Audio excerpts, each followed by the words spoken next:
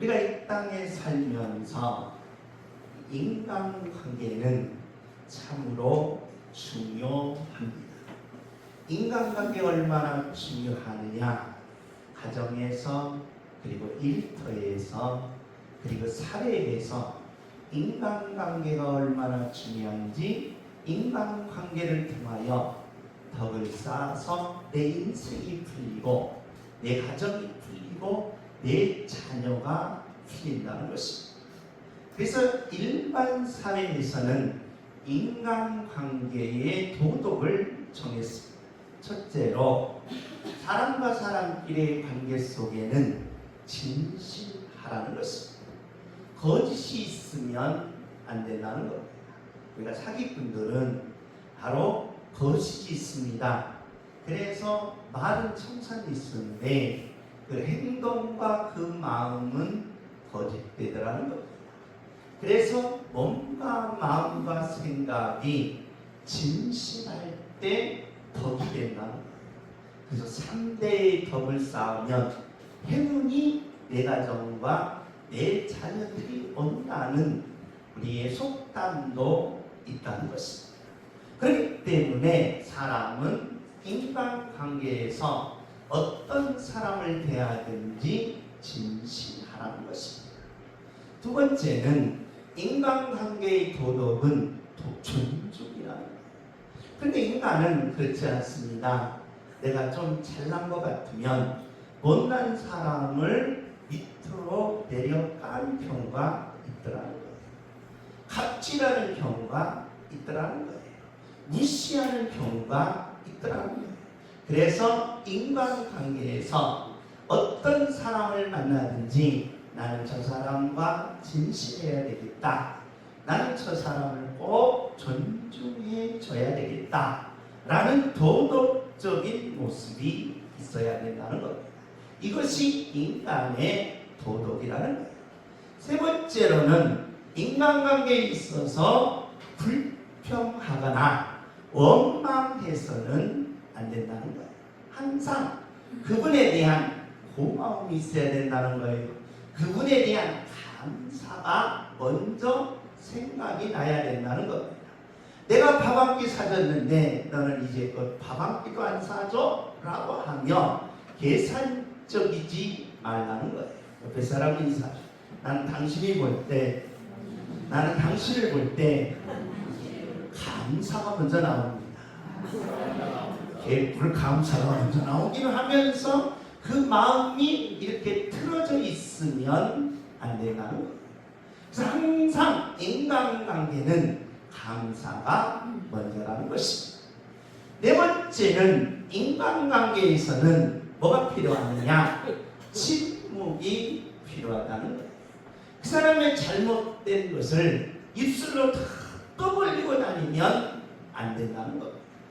덮어줄 줄 알고 감싸줄 줄 아는 나의 침묵이 중요하다는 거예요. 그렇기 때문에 인간관계에서 그 사람의 약점이나 그 사람의 또한 실수한 것을 떠벌리고 다니면 그만 인간관계가 깨지고 만나는 거예요. 이 도덕적인 덕이라고 말한다는 겁니다.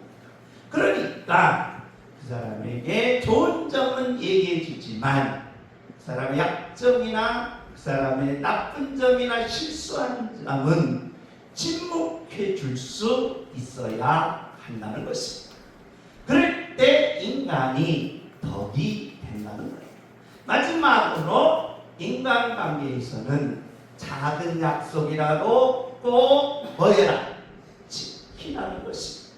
그럴 때 인간은 덕이 돼서 그 덕이 쌓아지면 여러분에게 좋은 일이 일어나고 여러분의 앞길이 형통하면서 여러분의 자녀들의 일들이 풀린다는 것이 일반 도덕사회의 모습이라는 거예요. 여러분, 일반 도덕사회도 이렇게 인간관계의 도덕이 덕으로서 가장 중요하게 여기는데 우리 하나님을 믿는 하나님의 자녀가 이보다 더 못해서는 안 된다는 거예요. 그러므로 하나님의 자녀들은 이보다 더 잘할 수 있는 그런 능력이 오늘 예배하는 여러분에게 있기를 예수님의 이름으로 축복합니다. 아멘. 하나님 이보다는 더 잘하겠습니다. 주님 하나님 이보다는 더 잘하겠습니다. 힘들어요? 하기 싫어요? 그래도 해야 됩니다. 그래야 여러분의 덕이, 여러분의 가정의 덕이, 여러분의 인생의 덕이 여러분의 가정을 열리며 여러분의 자녀들을 열게 된다는 거예요. 하나님 이보다 더 잘하겠습니다. 주님 하나님 이보다 더 잘하겠습니다. 아멘. 아멘. 그 축복이 열리시기를 예수님의 이름으로 축복합니다. 왜 그렇습니까? 예배는 하나님을 만나는 자리라는 것입니다. 하나님을 만나는 자리는 우리가 자세부터 중요하다는 거예요. 마음과 그리고 앉아있는 자세와 내 생각이 삼위일체가 되어야 한다는 것입니다.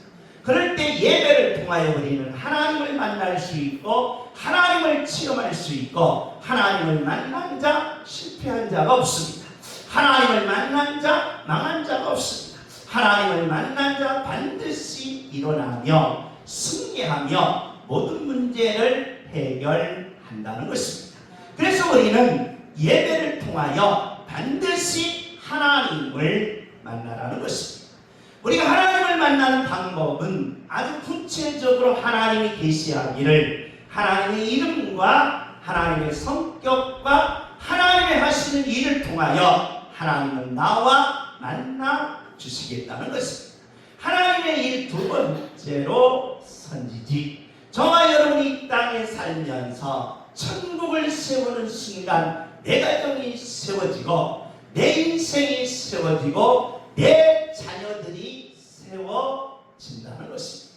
오늘도 여러분의 가정, 여러분의 자녀들, 여러분의 인생, 여러분이 손으로 발로 하는 모든 직장과 사업이 세워지는 축복이 열리시기를 예수님의 이름으로 축복합니다. 주여 세워지게 하옵소서. 주여 세워지게 하옵소서. 오늘 본문의 내용입니다. 우리가 천국을 세우는 데는 하나님께서 사도 바울에게 디모데에게 계시한 내용을 그대로 사도 바울이 오늘 우리들에게 전해주고 있습니다. 우리 다 같이 한번 읽습니다. 시작. 너희를 꾸짖지 말고 권하되 아버지에게 하듯하며 젊은이에게는 형제에게 하듯하고. 자, 연세 드신 남자분들에게 우리가 인간관계를 어떻게 대할까라고 할 때 연세 드신 분들은 바로 어떻게 대하냐? 아버지같이 대하라. 아버지같이. 그러니까 교회에서 연세 드신 분들이 오면 저거는 연세 드셨기 때문에 내 아버지같이 대하라. 그런데 사람들은 아버지같이 대하지 아니하고 늙었으니까 좀 비키시지요. 늙었으니까 좀 잔소리 좀 그만하시지요. 늙었으니까 좀 뒤로 빠지시지요. 라고 하면 안 된다는 거예요. 그래, 연세 드신 남자나 연세 드신 여자분들은 어떻게 교회에서 대하느냐? 아버지같이, 어머니같이 대하라는 거예요. 이것이 교회의 건덕이라고 사도 바울이 말합니다. 그러면 아버지같이, 어머니같이 대하면 바로 그게 덕이라는 거예요. 그게 덕이 되어서 여러분의 가정과 여러분의 자녀와 여러분의 인생이 풀린다. 그러니까 우리가 사람을 대할 때 마음 자세가 중요합니다.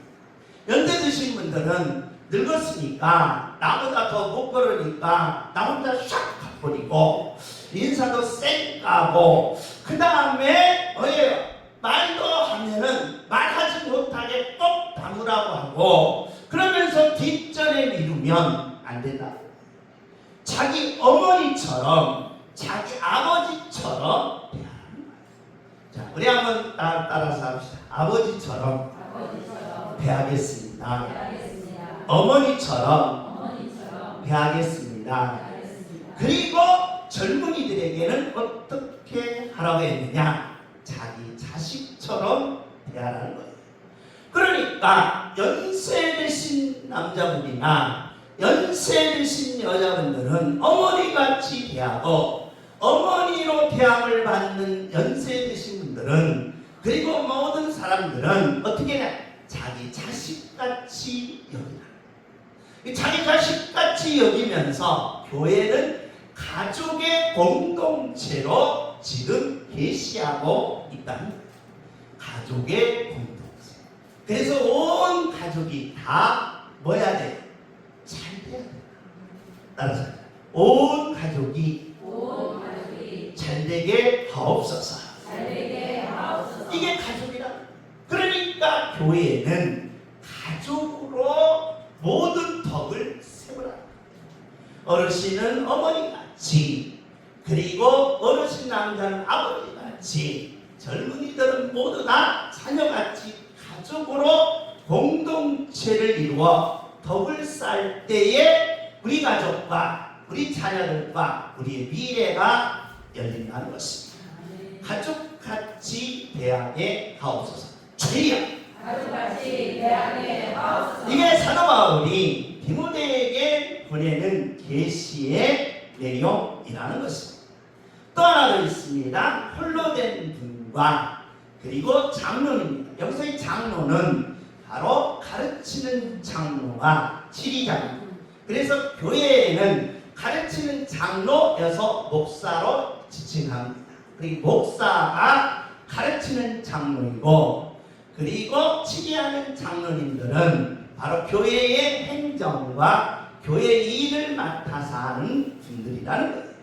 그래서 홀로 된 분들을 굉장히 존중하면서, 그리고 장로님들, 목사님들을 존경하라는 거예요. 그러니까 목사님들을 존경하라는 거예요. 그러니까 오늘날 한국교회는 두 가지 유형이 있습니다. 하나는 목사님을 너무 신격화하는 경우가 있습니다. 그래서 그 신격화 때문에 교회가 점점 어떻게 되느냐, 바로 약해지기 시작했습니다. 두 번째는 너무 신격화 아니면서 너무 또 목사님들을 천대시 여기고, 목사님들을 아무렇지도 않게 여기는 겁니다.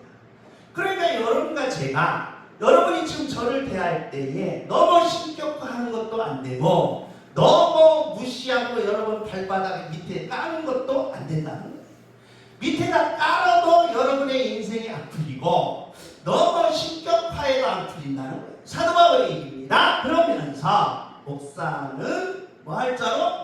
존경하라는 거예요. 여러분이 저를 이 시간에 설교를 드릴 때에 나를 존경하지 않는 여러분 귓구멍이 막히게 돼 있어요. 그러니까 여러분에게 소리가 안 들리는 거예요. 그러니까 꼭 이 목사 말이 나한테 하는 말 같고, 목사 말이 내 행동을 지적하는 말과 그런 일치점을 이루게 될 때에 우리는 설교의 은혜가 되지 않는다. 그러면 하나님을 만날 수가 없다는 거예요. 그렇기 때문에 교회의 건덕은 어르신들은 아버지같이, 그리고 어르신 연세 드신 분들은 어머니같이, 그리고 젊은이들 자녀들은 다 자녀같이, 그리고 홀로 된 분들은 존경하면서, 목사를 존경하면서, 모든 교회의 공동체는 뭐다? 가족이다.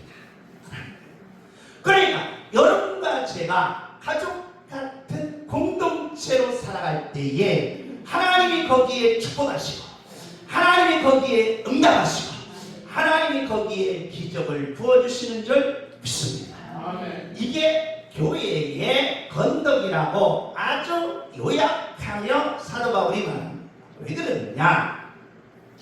이 땅의 삶은 두 가지가 있습니다. 바로 도덕의 삶과 계명의 삶이라는 거예요. 그런데 믿지 않는 사람들은 모두 다 이 도덕적 삶을 살아갑니다. 왜 그렇습니까? 도덕적인 삶을 살아야 덕이 된다. 덕은 내 인생의 놀라운 축복이 되는 거예요. 내 가정과 내 자녀들의 행운이 열리는 길이. 이걸 안 믿는 사람도 알기 때문에 안 믿는 사람들은 모두 다 도덕으로 살려고 노력하고 있는 거예요. 그럼 우리도 예수를 믿는데 내가 그럼 도덕적이냐? 그건 아니라는 거예요. 예수 믿는 사람들은 하나님이 우리에게 뭘 주셨다? 계명을 주셨다는 거예요.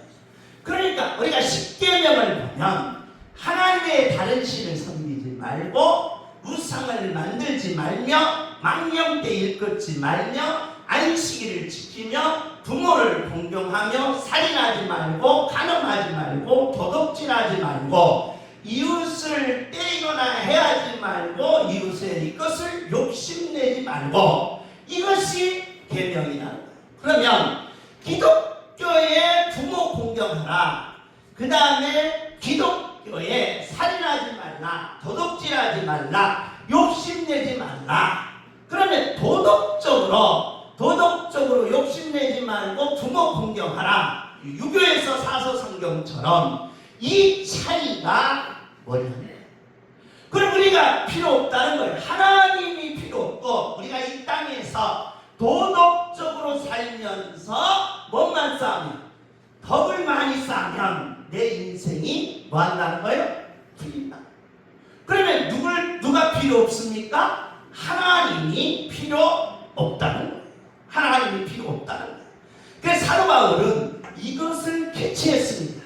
왜 디모데와 에베소 교인들이 갑자기 교회에 와서 안 믿는 사람들의 도덕적인 삶을 추구하느냐? 내 가정이 잘 되기 위해서, 내 인생이 잘 되기 위해서 도덕적인 삶을 추구하니까 사도 바울이 그건 아니다라고 하면서 차이를 설명하는 거예요. 차이. 그러면 도덕과 계명의 차이가 뭐냐는 거예요. 도덕과 계명의 차이는 첫째로 정의를 보면, 도덕은 소크라테스가 이렇게 정의합니다. 인간에게는 자유와 의지가 있어요. 이 자유, 의지가 있는데 그 중앙에 뭘 집어넣느냐? 자유와 의지 가운데에 양심을 집어넣습니다. 그래서 도덕은 뭘로 살아라? 양심으로 살아라. 옆에 사람이 살아. 양심으로 살아. 양심이 털났냐? 그러니까 양심이 털난 사람은 양심으로 살지 않는 거예요. 근데 사람들은 양심으로 살지 않습니다. 양심으로 살지 않는 거예요. 양심을 속여야 좋은 거예요. 왜 여러분 보세요. 자, 우리가 시장에 가면 이거 뭐하고 팝니다? 미치고 팝니다. 미치고 팝니다. 그런데 나중에 알고 보니까 하나도 뭐였어? 안 미쳤어. 그러니까 산 나만 병신되고. 그러니까 이 사람들은 양심을 속이면, 그러니까 양심을 속이면 덕이 안 된다는 거예요. 덕이. 그래서 평생 시장 바닥에 장사만 하고 있다는 거예요. 이게 나의 비판이 아닙니다. 바로 이 칸트의 도덕적 비판이에요. 그러니까 사람은 양심을 속이면 덕이 안 된다는 거예요. 그러니까 평생 시장 바닥에서 그렇게 된다는 거예요. 그러니까 사람은 뭐가 돼야 돼요? 양심을 살려야 된다. 양심을 살릴 때에 덕이 된다. 그래, 우리가 이 땅에 살면서 양심으로 살아야 덕이 되겠지요. 그런데 사도 바울은 여기서 이렇게 설명합니다. 자, 우리는 뭘로 살아야 되냐? 계명으로 살아라. 계명. 이 계명, 율법으로 살아라는 거예요. 그럼 율법이 뭐냐라고 물으면, 율법은, 계명은 자기 자신을 보는 뭐다? 눈이다. 따라서 합시다. 내 꼬라지를 봐라. 내 자신을 봐라. 시작. 내 자신을 봐라. 그 사람은 내 자신을 본다 못 본다? 안 보여요. 절대 안 보입니다. 그러니까 하나님이 계명을 주신 거예요. 왜? 너 자신 좀 뭐라고? 보라고 주셨다. 그래, 인간은 덕이 있어야 모든 삶의 형통이 있는데, 바로 계명을 주신 이유가 뭐냐? 내 자신 좀 봐라. 너 좀 보라는 거예요. 너 좀 보라. 그래서 우리가 성경이 내 안에 딱 임하는 순간, 내가 귀로 듣는 순간 누구를 보게 되느냐? 상대를 보지 아니하고 누구를 본다? 내 자신을 본다는 거예요. 그래, 내 자신의 눈이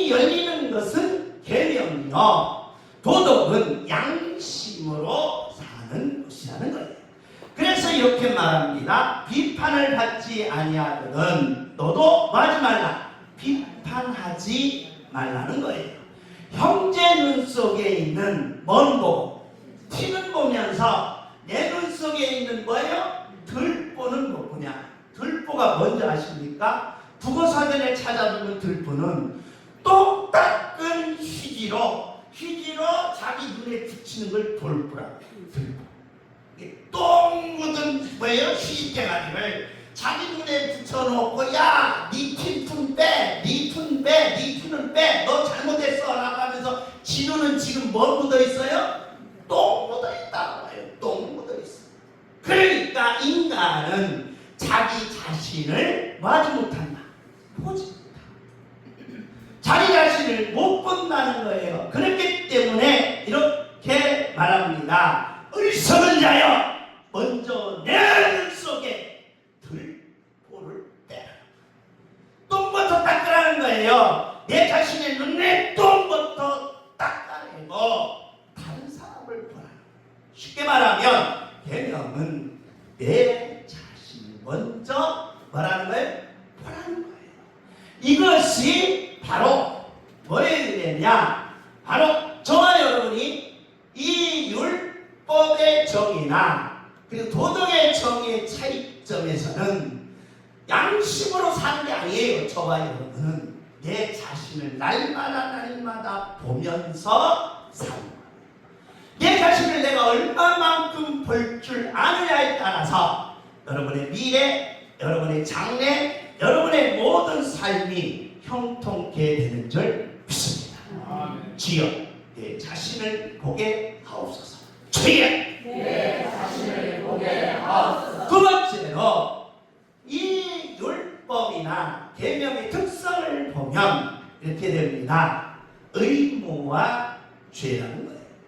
이 특성 중에 도덕의 특성은 뭐냐? 의무입니다. 칸트는 주지주의라고 그랬어요. 주지주의가 뭐냐라고 하면 이 도덕은 이 양심은 누구 위에 있느냐? 하나님 위에 있다는 거예요.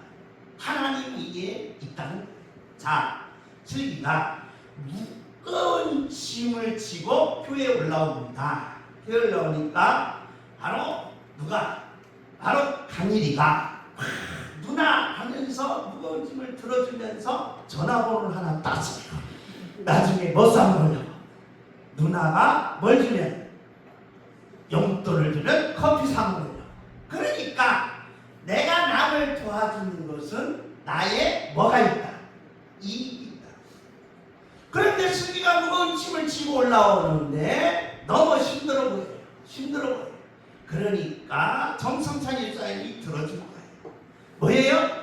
측은지심. 남의 힘든 것을 못 보는 그 마음이다. 그러면 안 된다. 그렇게 도와주는 것은 잘못됐다. 뭐를 하나님보다 도덕이 위에 있으니 이 말. 그러니까 하나님 위에 뭐가 있어요? 도덕이 위에 있는, 양심이 위에 있는 양심. 그래서 하나님도 어찌할 줄을 몰라요. 그래서 칸트는 이렇게 말합니다. 그냥 묻지도 말고 따지지도 말고 뭐해라? 도와주라. 묻지도 말고 따지지도 말고 도와줘라. 그럼 이런 경우가 있습니다. 제가 학교 다닐 때에 전철을 탑니다. 전철을 타면 여 다리에 고무를 막 가득 하면서 바구니 하나 넣고 그냥 내 줄을 갖다 하면서 전철 바닥을 기는 분이 있어요. 전철 바닥을 기는. 그래서 내가 하도 불쌍해서 그 신학생이 무슨 돈이 있습니까? 그래서 있는 돈 없는 돈 탁탁 긁어가지고 몽땅 그 빨간 바구니에 넣어드렸어요. 후평경 오니까 이 사람이 내리더니 번떡 일어나서 고무를 배멀게 타는 거예요. 아, 내 돈, 내 자기 한 달 돈 내 돈을 어떻게 하냐. 쉽게 말하면 그게 의무라면은 그 의무를 이용하는 사람이 있다. 그러니까 이 도덕이 의무화될 때 누구보다 높으냐? 신보다 높다. 신보다. 그래서 바로 이 바울은 바로 도덕은 의무가 아니라 계명이라는 거예요. 계명은 뭐냐라고 할 때 계명이 이름에 뭐는 살아나고 죄는 살아나고 나는 뭐였도다? 죽었도다. 계명이 이르니까 내 죄가 드러나다. 그 내 죄는 누구만 볼 수 있어요? 나만 볼 수 있습니다. 여러분, 살인하지 말라라고 했을 때 예수님이 뭐라고 말합니까? 미워하는 것도 뭐다? 살아난다. 살이다. 그러면 여러분, 제가 여러분을 보면서 속으로 이선희 씨, 이재경 씨, 조선자 씨 얼굴을 웃으면서 막 뭐였어요? 미워했어요. 이거 뭐라는 거예요? 죄다. 그 전에는 몰랐어. 그 전에는 몰랐는데 그걸 어떻게 알았느냐? 뭐가 이르니까? 하나님의 말씀이 이르니까 이게 나타나서 내 죄가 뭐하더라? 보인다. 내 죄가 보인다. 그래서 여러분과 제가 자기 자신을 보면서 내 죄를 발견한다. 복 중에 뭐다? 복이다. 오늘날 같이 이렇게 더운 날씨에 좀 나라에서 구청에서 물 좀 드시라고 물을 수십 박스를 갖다 놨어요. 수십 박스. 그래서 하나씩 가져가서 목마른 것을 좀 죽이라고. 그런데 이 방정 맞은 아줌마는 하나의 보따리를 가지고 다 담아가지고 싹 혼자 다 먹어. 혼자 처먹겠다고. 이게 말이 됩니까? 이게 말이. 그런데 그렇게 양심을 속인 자들이 있더라. 양심을 속인 자들. 그렇기 때문에 바로 이 양심을 속이면 사회 질서가 무너져요. 여러분, 사회 질서가 무너질 때 사회적 비용이 얼마나 드는 줄 아십니까? 사회 질서가 망가질 때 사회적 비용, 우리나라 지금 700조 예산이에요. 700조는 번역 어마어마하게 듭니다. 그러니까 사회에 돈 버는 일, 국가를 일으키는 것은 저가 여러분에게 도덕이 그렇게 중요해요. 윤리가 그렇게 중요하다 이 말이에요. 이 나라 이 민족을 살리는 것은 윤리의 도덕. 그런데 그 위에 뭐가 있어야 되느냐? 계명이 있어요. 그래서 내가 내 자신을 보면서 아하, 내가 뭐구나? 죄. 내가 죄인이구나. 그래서 사도 바울은 이렇게 말합니다. 나는 선한 일을 많이 했어. 선한 일을 이만큼 많이 한 사람이 없습니다. 바울처럼. 그런데 마음속으로는 항상 갈등해요. 갈등. 저 사람에게 선한 일을 했는데 나를 배신해. 그럼 내가 도대체 이 선한 일을 해야 되느냐 말이에요. 내가 저 사람한테 선한 일을 했는데 나를 욕하고 다녀. 나를 선한 일을 해야 되느냐 말이에요. 그래서 갈등을 겪는 거예요. 이 갈등을 겪으면서 사도 바울이 이렇게 말합니다. 만일 내가 원하지 아니하는 그것을 하면 이를 행하는 자는 내가 아니요 내 속에 뭐다? 죄가. 나 육신적으로 선한 일을 했는데 속으로는 막 미워지는 거야. 육신적으로 도와줬는데 내가 도와줬다라고 후회하고 그러면서 항상 이 갈등이 생기더라는 거예요. 그래서 이렇게 고백하고 있습니다. 다 같이 한번 시작. 그러므로 내가 한복을 깨달았노니 곧 선을 행하기 원하는 나에게 악이 있는 것이로다. 선을 행하고 싶은 거예요. 왜? 나도 복 받고 싶어. 선을 행하고 싶은 거예요. 왜? 나도 미래가 열리고 싶은 거예요. 그런데 항상 내 안에 이게 존재하고 내 앞길을 말고 내 가정의 앞길을 말고 내 자녀들의 앞길을 막고 있더라. 그래서 바울은 이렇게 고백합니다. 하나님, 이 문제를 해결해 주옵소서. 아멘. 누구의 이름으로?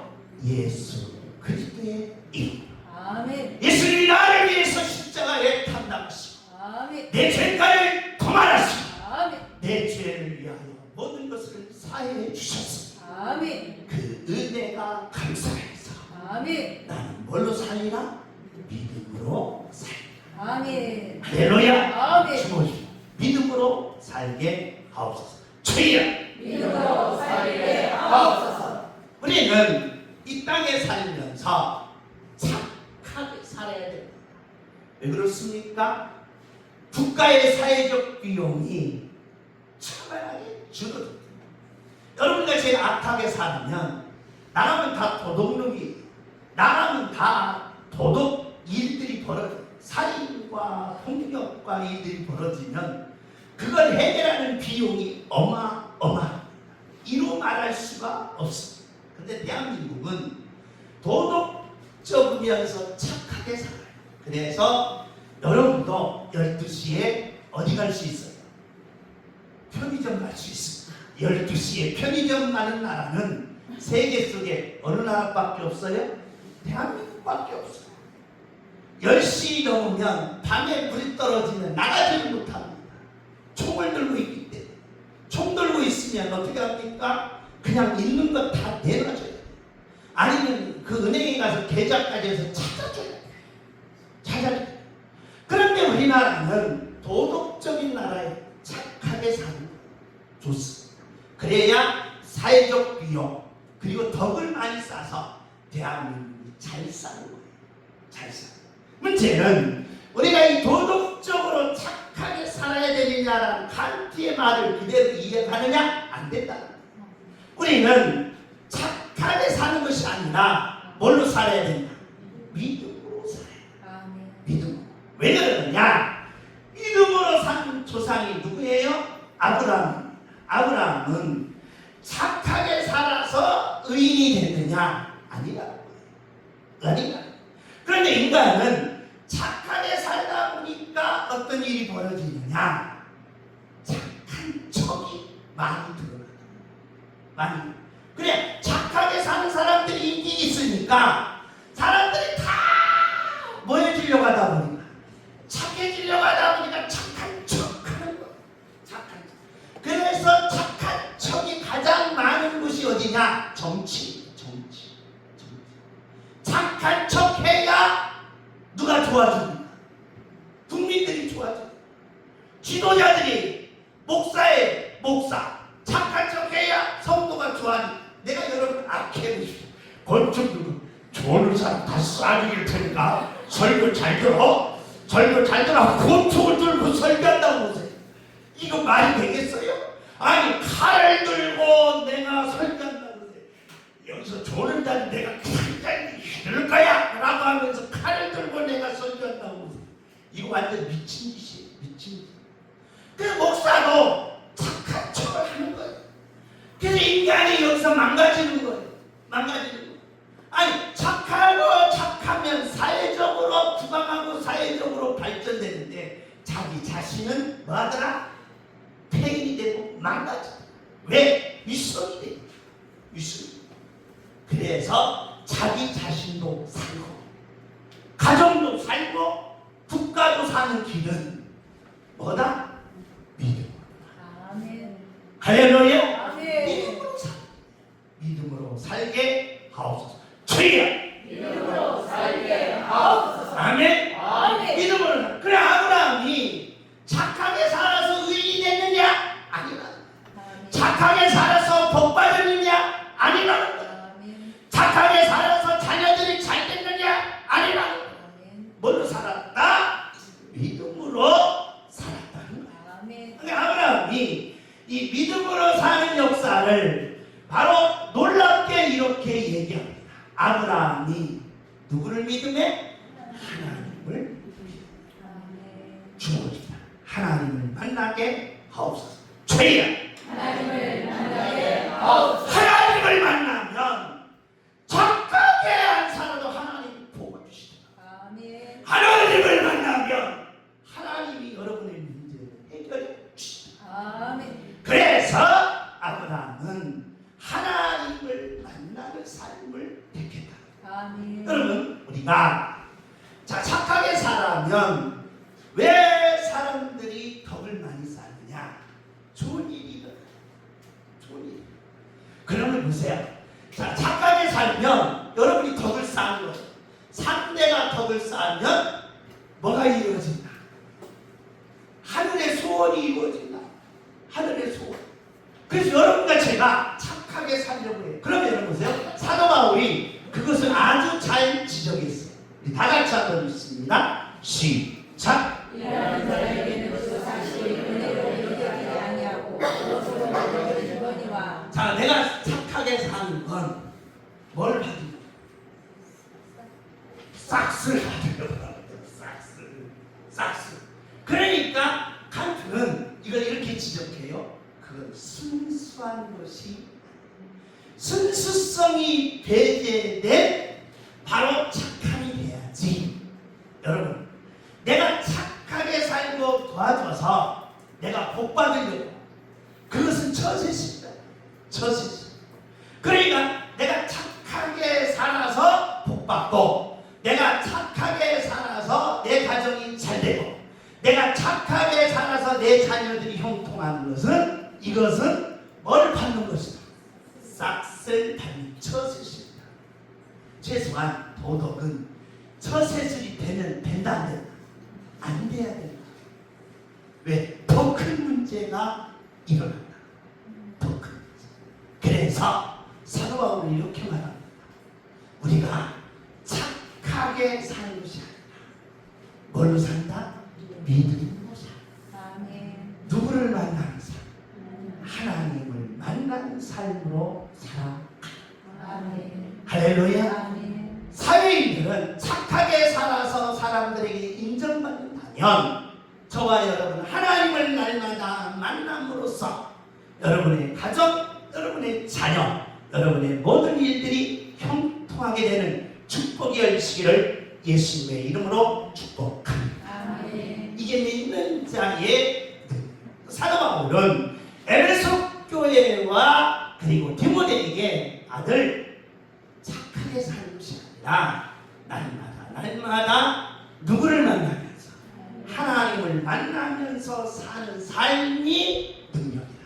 아멘. 하나님을 만나면서 사는 삶이 축복이다. 아멘. 그 기적이 이루어지기를 예수님의 이름으로 축복합니다. 아멘. 할렐루야. 다음으로 우리가 하나님께서 바로 첫째로는 정의입니다. 도덕과 계명의 정의. 둘째로는 특성입니다. 그리고 셋째로는 성격이며 방법이며 넷째로는 성격입니다. 우리가 이 땅에 살면서 도덕은 자기 자신의 의. 그러니까 우리가 도덕으로 사는 사람들을 왜 존경하냐? 저 사람들과 뭐기 때문에? 의이기 때문에. 남을 위해서 희생하기 때문에 존경한다. 그런데 저와 여러분이 하나님을 만나는 삶을 살면 어떻게 되는가? 그 사도 바울이 그 이유를 이렇게 설명합니다. 우리 다 같이 한번 읽습니다. 시작. 이는 그리스도 예수 안에 있는 생명의 성령의 법이 지혜와 사망의 법에서 너를 해방하였습니다. 할렐루야. 아멘. 이게 누가 사는 길이다? 내가 사는 길이다. 아멘. 할렐루야. 아멘. 그러므로 저와 여러분이 사는 삶은 죄와 사망에서 어때? 해방돼요. 아멘. 이걸 가리켜 우리는 뭐냐? 영적인 뭐라고 한다? 자유다. 아멘. 영적인 자유. 인간은 뭘 잘못하면 어떻게 되냐? 내게 나쁜 일이 일어나면 혹시 내가 이런 죄를 범해서 그렇지 않아? 혹시 내가 이렇게 행동해서 그렇지 않아? 혹시 내가 예배 시간이 졸아서 그렇지 않은가? 혹시 내가 목사님 말 안 듣고 핸드폰 봐서 그런가? 이렇게 인간은 그렇게 뭐 할 수가 있다? 생각할 수가 있다. 그래서 인간은 자유가 아니라 항상 뭐의 속에? 죄의 억압 속에 살아간다. 죄의 억압 속에 사는 자들은 해방이 돼야 여러분의 인생이 풀리고, 아멘. 해방이 돼야 여러분의 미래가 풀리고, 아멘. 해방이 돼야 여러분의 자녀가 풀린다. 아멘. 그런데 우리는 해방을 어떻게 했냐? 방종으로 해요. 방종. 이게 방종으로. 내가 예수를 믿으면 내 죄를 예수님이 다 가져갔기 때문에 나는 이제 의인이다 라고 하면서 방종했다. 그게 아니라 진정한 죄와 사망을 뭐예요? 해방시키려면 어떻게 해야 되느냐라는 거예요. 우리 다 같이 한번 읽습니다. 시작. 육신을 따르는 자는 육신의 일을, 영을 따르는 자는 영의 일을 생각하니. 그 다음에 시작. 육신의 생각은 사망이요 영의 생각은 생명과 평안이니라. 할렐루야. 아멘. 이게 뭐냐? 사도 바울이 이걸 해석하기를 이렇게 해석했어요. 자, 내가 자기 자신의 의로 살았는데 내가 잘 안 풀려요. 안 풀리면 우리는 모두 다 내 자신의 죄와 연결시켜요. 그러면 죄의 억압 속에 사는 인간은 자기 자신이 풀리지 않습니다. 그리고 자기 자신의 고뇌와 공허와 혼돈만 밀려온다는 거예요. 사도 바울은 이걸 이렇게 얘기해요. 육신의 생각은 뭐다? 사망. 자기 자신의 의는 사망. 그러니까 다른 사람은 좋지만 자기 자신은 뭐 하는 거예요? 죽이는 거예요. 그러면 우리가 예수를 믿어서 누구부터 살아야지? 나부터 살아야지. 상대부터 살린다? 이건 뭐예요? 저와 여러분이 성장하는 이상은 잘못된 거예요. 인간은 본능적으로 내가 살고 싶은 뭐가 있다. 욕망이 내가 살아야 돼. 내 문제를 풀어야 돼. 내 아픔을 씻어내야 돼. 내 고통을 모두 물리쳐야 돼. 그래야 저와 여러분이 일어나서 내 가정을 살리고 내 자녀들을 살리는 줄 믿습니다. 아멘. 그런데 나는 죽어져 하는데 너 자녀 살아라. 천만의 말씀이에요. 나는 지금 고뇌와 우울증에 사는데 너는 내 자녀들 기뻐하라. 이게 천만의 말씀이에요. 그러니까 내 자신을 사는 길은 뭐냐라고 할 때 뭐다? 영의 생각. 아멘. 영의 생각. 즉 다시 말씀드려 자기 의가 아니라 영의 생각은 생명과 평안이라고 할 때 영의 생각은 따라서 합시다. 하나님의 말씀. 하나님의 말씀. 할렐루야. 아멘. 그러니까 여러분과 제가 하나님의 말씀을 묵상하라. 아멘. 하나님의 말씀을 아멘하라. 하나님의 말씀을 내가 믿나이다 아멘. 라고 하며 하나님의 말씀을 하루 종일 읊조렸다면 여러분 생명으로 살아서 아멘. 모든 자유와 임하게 될 줄 믿습니다. 아멘. 할렐루야. 아멘. 여기에 차이가 나와. 아멘. 여기에 능력이 나온다. 왜 그러느냐? 자, 우리가 하나님을 뭐하지 못하면 기쁘시게 다 같이 있습니다. 시작. 육신에 있는 자들은 하나님을 기뻐할 수 없느니라. 그러니까 예수 믿는 사람들은 한 가지, 하나님을 뭐 할 때, 기쁘시게 할 때 누가 잘 된다? 내가 잘하게 돼 있어요. 그러니까 이걸 아주 단순한 원리로 사도 바울이 지금 설명해요. 자, 하나님을 기쁘시게 한 자가 망한 거 봤느냐? 못 봤다. 하나님을 기쁘시게 한 자가 뭐예요? 실패한 거 봤느냐? 못 봤다. 아멘. 그러면 저와 여러분이 내 의로 사는 게 아니라 생명, 즉 하나님을 기쁘시게 하는 삶을 살았다. 그러면 여러분의 인생은 풀리는 거예요. 아멘. 여러분의 가정은 풀리는 거예요. 아멘. 여러분의 모든 삶의 역사는 일어난다. 아멘. 할렐루야. 아멘. 그렇게 한번 해보시라. 아멘. 하나님을 기쁘시게 하여 하나님을 기쁘시게 하게 하옵소서. 주여. 하나님을 기쁘시게 하게 하옵소서. 아멘. 아멘. 그러면 이제 우리가 믿는 자의 바로 차이는 목적은 하나입니다. 도덕의 목적은 행복이에요. 도덕의 목적은 행복인데 우리 계명 하나님을 믿는 자들은 하나님을 만났을 때의 감격, 하나님을 만났을 때의 축복이다. 오늘 주제는 이게 2000년 사이에 기독교의 가장 난제, 아멘. 2000년 사이에 기독교의 가장 난제, 이 도덕과 계명의 차이는 최초로 제가 하는 거예요. 근데 너무 어려워서 어떻게 설명할까 제가 제가 고민했는데요. 이걸 한 시간 안에 기독교 2000년 역사의 숙제였어요. 그런데 이것을 한 시간에 하려고 하다 보니까 여러분에게 조금 이해가 안 가는 경우도 있을 수 있습니다. 그러나 이게 한국교회를 다시 바꿔야 돼요. 아멘. 한국교회는 도덕주의로 가다가 일반 사회의 모든 사람들한테 비판을 받았어요. 비판을 받다 보니까 이 도덕이 무너지는 삶 가운데서 교회가 점점 젊은이들이 떠났고 일반 성도들이 떠났습니다. 이제 그렇지는 않으면 안 됩니다. 아멘.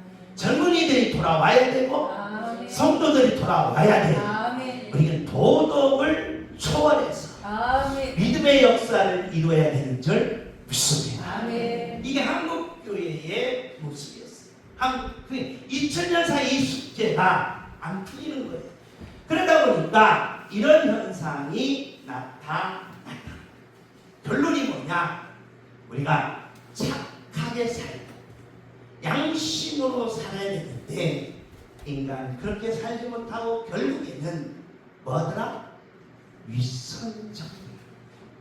위선은 결국에 자기 자신을 패망시키고 다른 사람을 좋게 할 수는 있어도 자기 자신을 썩게 만들고 망가뜨리고 만든다.